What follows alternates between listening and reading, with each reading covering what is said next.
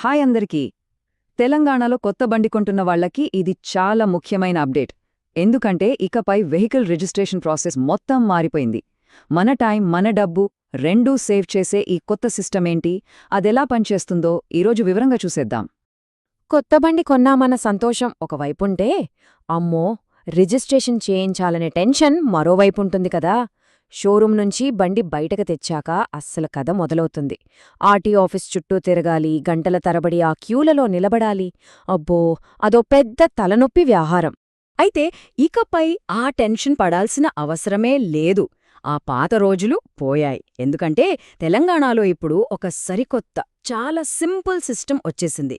దీనివల్ల registration process ఎంత easy అయిపోయిందంటే మీరే ఆశ్చర్యపోతారు.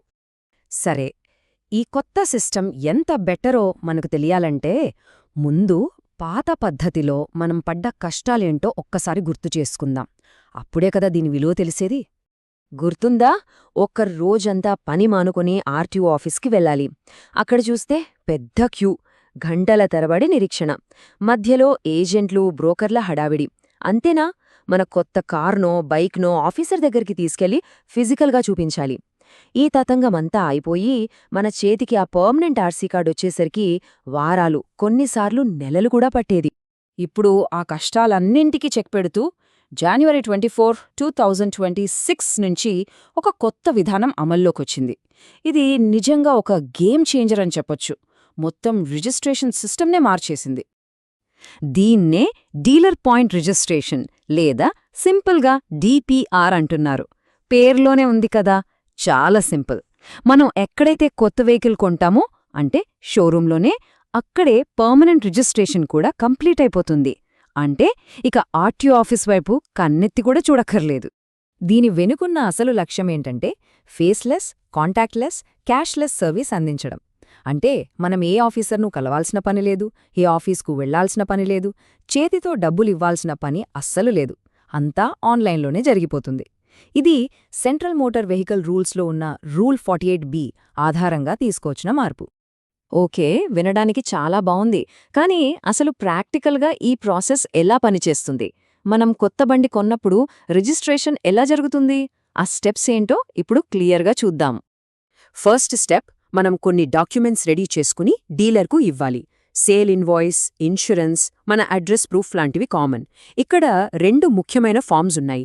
ఒకటి ఫారం 21, అంటే డీలర్ ఆ బండిని మనకు అమ్ముతున్నట్లు ఇచ్చే సేల్స్ సర్టిఫికేట్. రెండోది చాలా ఇంపార్టెంట్, ఫారం 22, అంటే ఈ వెహికల్ అన్ని సేఫ్టీ, పొల్యూషన్ రూల్స్కి కరెక్ట్గా ఉందని మ్యాన్యుఫ్యాక్చరర్ ఇచ్చే గ్యారంటీ. ఈ డాక్యుమెంట్స్ అన్నీ కరెక్ట్గా ఇస్తే చాలు. ఇప్పుడు చూడండి అసలు ప్రాసెస్ ఎంత సింపులో. మొత్తం 5 స్టెప్స్. 1.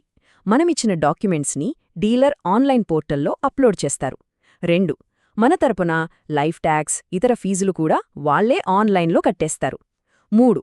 ఆర్టీఓ ఆఫీసర్ తన ఆఫీస్లో కూర్చొని మన డాక్యుమెంట్స్ని డిజిటల్గా వెరిఫై చేస్తారు. 4. వెరిఫికేషన్ అవ్వగానే ఆటోమేటిక్గా సిస్టమ్ మన బండికి ఒక పర్మనెంట్ రిజిస్ట్రేషన్ నంబర్ను ఇచ్చేస్తుంది.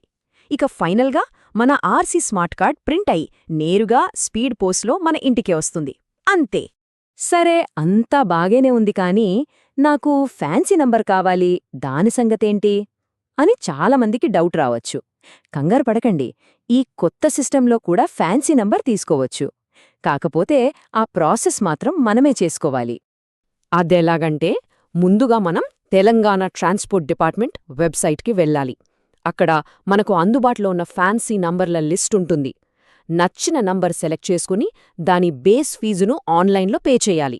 ఒకవేళ మనం సెలెక్ట్ చేసుకున్న నంబర్కి చాలామంది పోటీ పడుతుంటే ఆన్లైన్ ఆక్షన్లో పాల్గొనాల్సి ఉంటుంది.